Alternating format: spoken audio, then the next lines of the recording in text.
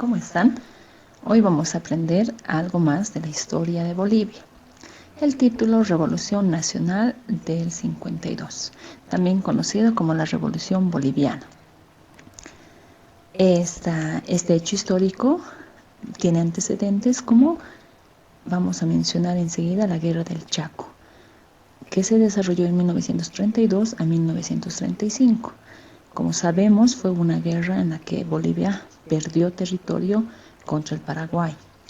Ese siglo no fue muy bueno para Bolivia porque había enfrentado muchas guerras, anteriormente la Guerra del Acre y también la Guerra del Pacífico.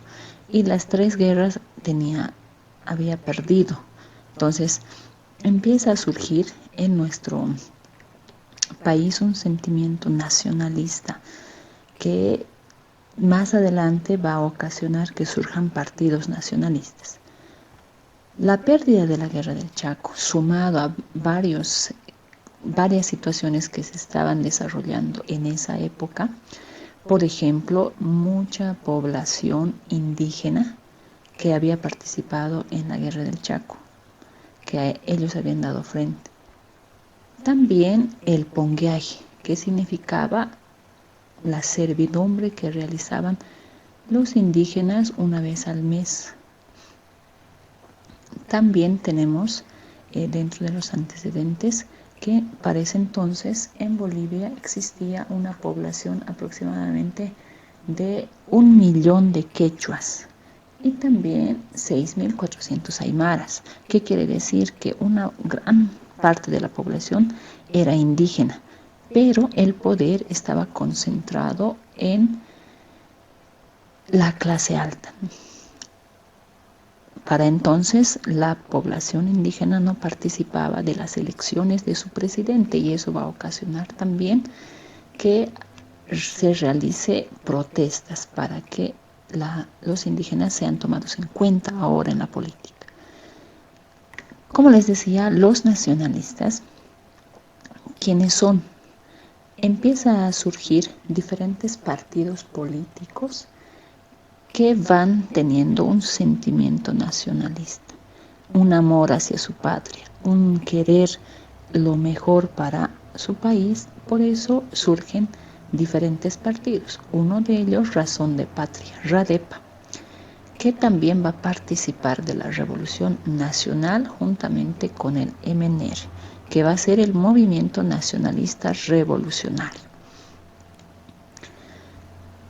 El 9 de abril de 1952 es un día histórico porque fue el día que inició la revolución del 52.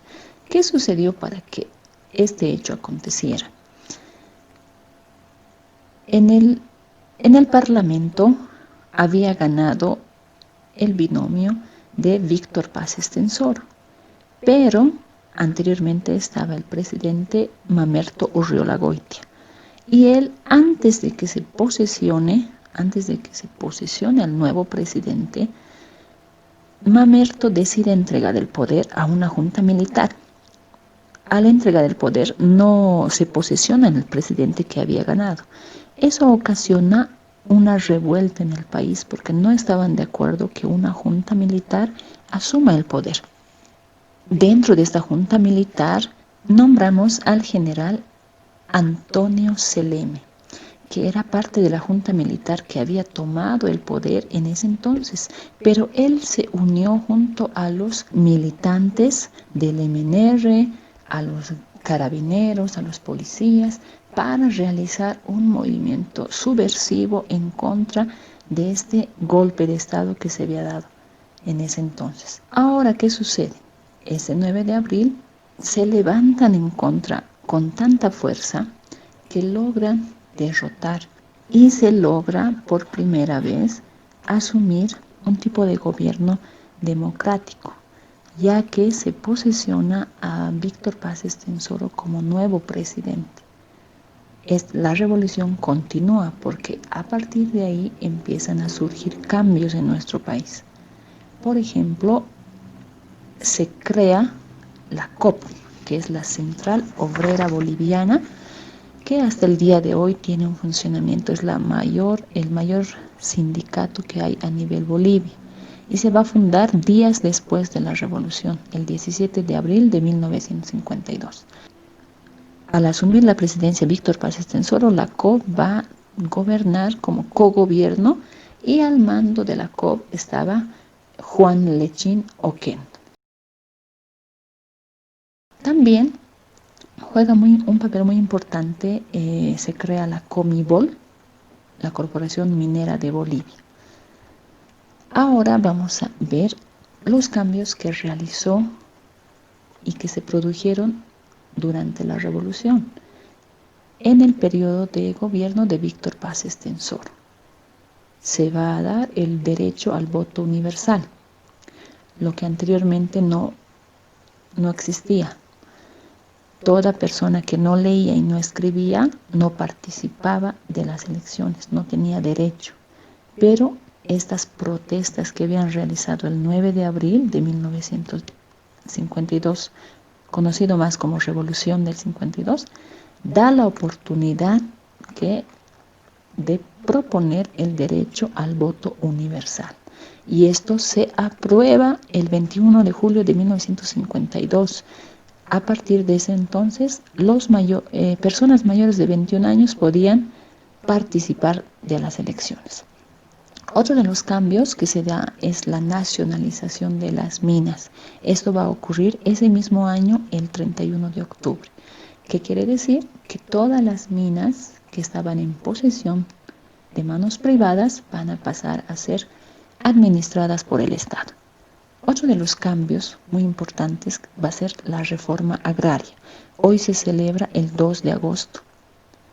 Cada 2 de agosto celebramos la revolución agraria, pero en ese entonces por primera vez se tomaba en cuenta al indígena como propietario de sus propias tierras, ¿no? Entonces, bajo el lema, la tierra es de quien la trabaja.